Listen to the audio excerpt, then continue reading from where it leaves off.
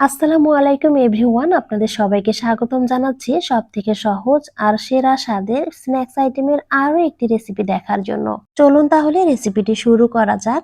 আজকে আমাদের রেসিপি হচ্ছে ফুলকপির চপ। ফুলকপির এই সিজনে অনেকে অনেকভাবে ফুলকপি দিয়ে চপ তৈরি করে থাকেন, তবে আজকে এই ফুলকপির চপগুলো একদমই সহজ আর সবথেকে সেরা স্বাদে একটু ভিন্নভাবে তৈরি করে নেব। প্রথম ধাপে আলু ফুলকপি একত্রে করে নেব। হলুদ গুঁড়ো, লবণ আর পানির সংস্পর্শে এই উপাদানগুলো ধীরে ধীরে সিদ্ধ হয়ে কোমল রূপ নেবে। যতক্ষণ না পর্যন্ত পানি শুকিয়ে যায় ততক্ষণ এই মিশ্রণের নিপুণ প্রস্তুতি যেন আমাকে ধৈর্যের পরীক্ষাও নিয়েছে, আপনাদেরও কিন্তু নেবে। এরপর গরম অবস্থাতে আলতো করে চটকে নিতে হবে, খুব বেশি মিহি করে চটকে নেওয়া যাবে না কিন্তু, দানা দানা রূপে রেখে চটকে নিতে হবে। আর এই কাজটি পরিশ্রমী হাতের নিখুঁত ছোঁয়া ছাড়া একদমই সম্ভব নয়। আপনাদের হাত অবশ্যই পরিশ্রমী, তাই আমার মতো করে আপনিও এই কাজটিতে সাকসেসফুল হতে পারবেন। ফুলকপির এই চপ তৈরি করে নেওয়ার জন্য ফ্রেশ ফুলকপিটাই ব্যবহার করার চেষ্টা করবেন, এতে করে খেতে কিন্তু অনেক বেশি ভালো লাগবে। তারপর ফুলকপিটাকে ভালোভাবে পরিষ্কার করে ধুয়ে পোকা আছে কিনা সেটাও একবার পরীক্ষা করে নিতে হবে। ফুলকপি আর আলু এখন সেদ্ধ হয়ে গেছে, আর যে সামান্য পানিটুকু আছে এতটুকু পানি থাকলে কোনো রকমের সমস্যা হবে না। এখন গরম গরম চটকে নিতে হবে হাতের কাছে, আপনার যা কিছুই থাকুক না কেন সেটা দিয়ে এরকম একটু চটকে নিলে হয়ে যাবে। একদমই মিহি করা যাবে না কিন্তু, মনে রাখতে হবে। এখন তৈরি করে নেব ব্যাটার।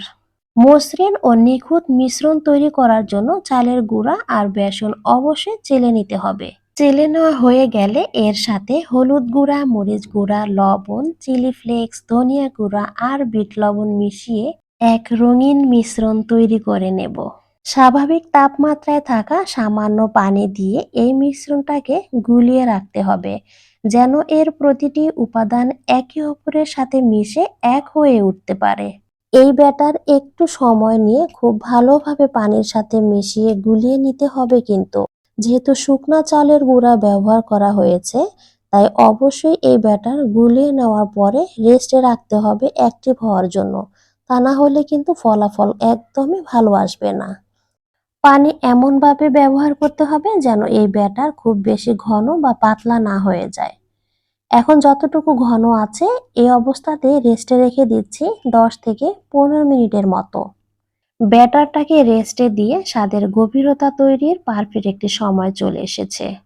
সরিষা তেলে ঝাঁঝালো পেঁয়াজ, মশলার মিশ্রণ, মরিচ গুঁড়া, হলুদ গুঁড়া, ধনিয়া গুঁড়া, আদা রসুন পেস্ট আর সামান্য পানির সংস্পর্শে এই মিশ্রণটি ভাজতে থাকবো মোহনীয় গন্ধ ছড়ানোর আগ পর্যন্ত। ফুলকপি চপের এই রেসিপিতে পেঁয়াজের ব্যবহার একটু বাড়িয়ে করলে খেতে বেশ লাগে, আপনি চাইলে কমও করতে পারেন।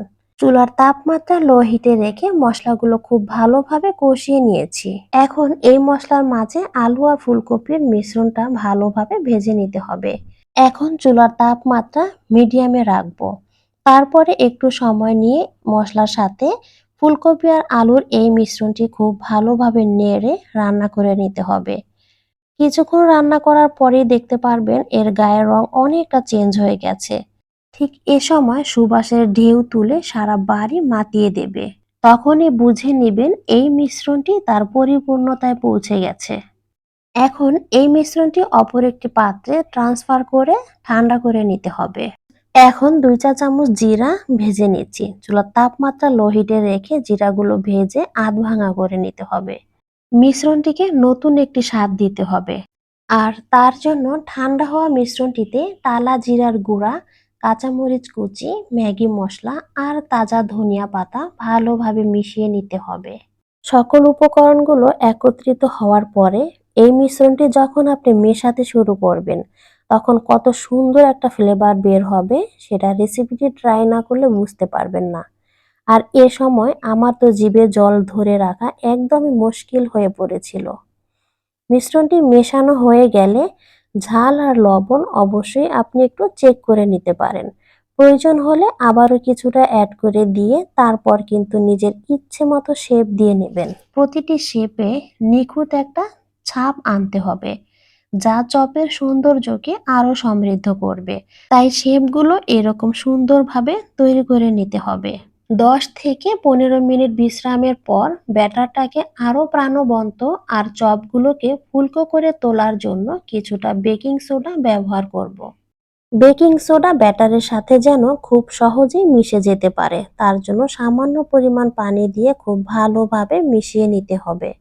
ব্যাটারে আঙুল ডোবানোর পরে অতিরিক্ত ব্যাটারগুলো আঙুল থেকে ঝরে গিয়ে কিছুটা ব্যাটার আঙুলের গায়ে এইরকম লেগে থাকবে। এ সময় অবশ্যই এই চপের শেপগুলো দিয়ে দিতে হবে। তারপরে ডুবো তেলে ভেজে নিতে হবে। চালের গুঁড়া আর বেসনের পরিমাপ একই রকম রাখতে হবে। তাহলে প্রতিটি চপ ঝলমলে করে উঠবে খাস্তা পরতের সৌন্দর্যে। চপের বাহিরের অংশটা হবে দারুণ মুচমুচে আর তেমনি ভিতরে থাকবে নরম স্বাদের মিশেল। চপগুলো তেলে দেওয়ার আগে তেলগুলো খুবই ভালোভাবে গরম করে নিতে হবে, তা না হলে কিন্তু চপগুলো একদমই ফুলতে চাইবে না, সেক্ষেত্রে খেতেও তেমন ভালো লাগবে না।